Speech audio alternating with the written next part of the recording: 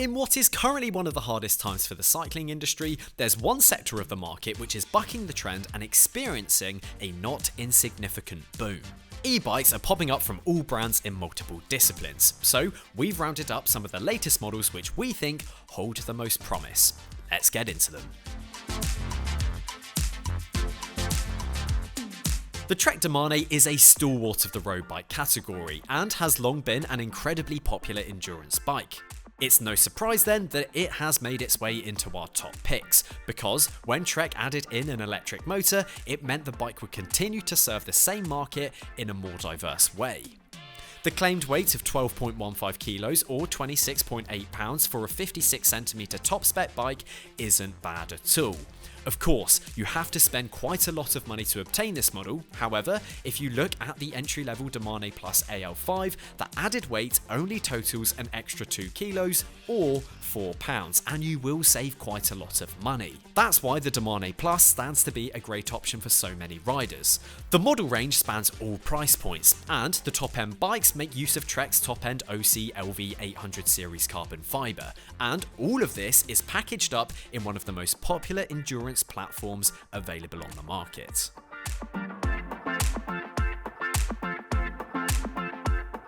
For those of you who are more performance orientated, then Scott may have the bike for you. Coming in at a claimed 10.6 kilos, the Addict RC eRide is one of the lightest e-road bikes currently available. Scott claims that they wanted the bike to make cycling tougher, not easier. It wants riders to use the electric system to allow them to cover more miles and stay out for longer. Now, whatever you choose to do with it, one thing is for sure, it certainly does fly under the radar. When put next to the analog Addict RC Pro, at a glance, it's really hard to tell the two apart. It's only when you start to look much more closely that you may be able to see that there's a little bit more going on underneath the hood. Again, performance like this doesn't come cheap, but if you are looking for an electric road bike which is as close to an analog version in terms of weight, then the Addict eRide could be the one for you.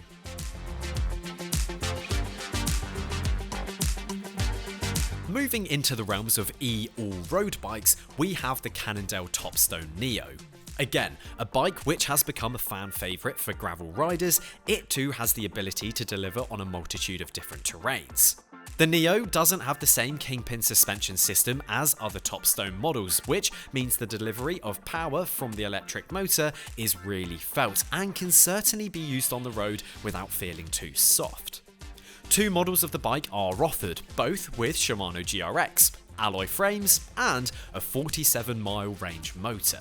The tyres that come fitted as stock on the Topstone Neo are more suited to gravel. However, if you were to switch these to something more road orientated, for example a Panaracer Gravel King Slick, then you can extract all of the comfort out of a wider tyre, but without the associated speed losses thanks to the motor.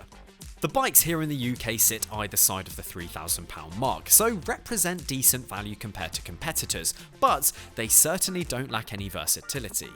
The only downside to the Topstone Neo SL is that both models have been around for quite some time now, so should be due for an update fairly soon.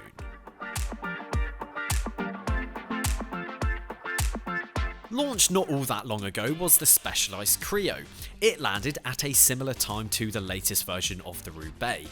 In a similar way that the Roubaix has looked to expand its horizons by becoming more of an all-road bike, the new version of the Creo seems to have gone a similar way by ditching its pure tarmac munching ways in favour of a more versatile gravel grinding future. Thanks to the use of the latest 3.3 generation Future Shock and Axis dropper seat post on the top S-Works version of the bike, it's fair to say that the new Creo is a highly competent bike, and much like other rigid-framed gravel-going bikes, with a swap of tyres, you instantly have yourself a very versatile and comfortable bike to churn through the miles on, without having to deal with the abuse of pothole-ridden roads. What's undeniable about the three Creo models is just how expensive they are. The entry-level Creo 2 Comp comes with a fairly high entry price point of £5,000 here in the UK. A tough pill to swallow for a bike that comes in at a claimed 14.47 kilos and is fitted with 4th tier SRAM Apex gearing.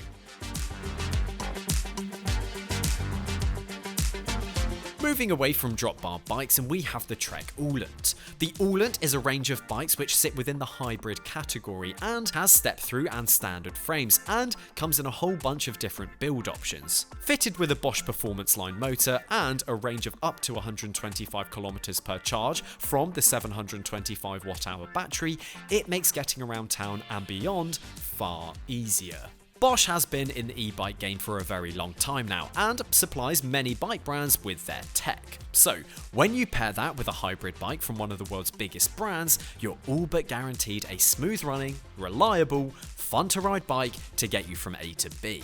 The price of the bikes isn't cheap by any means, but we believe the quality you get is worth the price.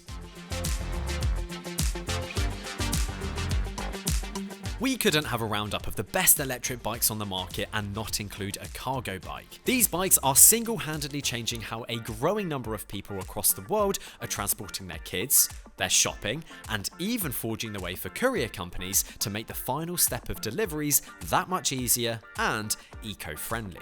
The Fetch Plus 4 has space up front for putting children or cargo, and the adjustable seat and handlebars mean that you can ensure you're in the right position for a stable and confident ride. The bike also features Bosch's largest capacity integrated battery, which adds a claimed 20% extra distance to every charge, and the rear wheel locking ring ensures the bike can be parked up safely.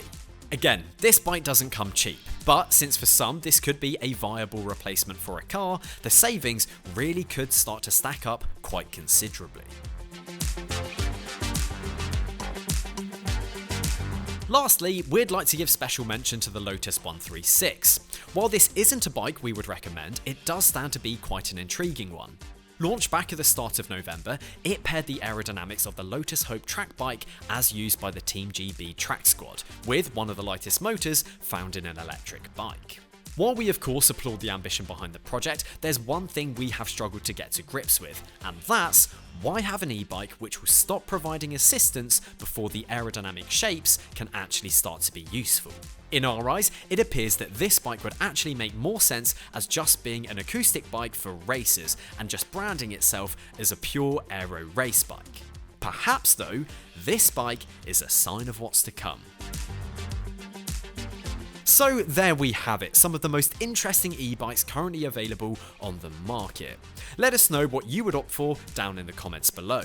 If you enjoyed the video, then please do drop it a like, subscribe to the channel for more content, and we will see you again very soon.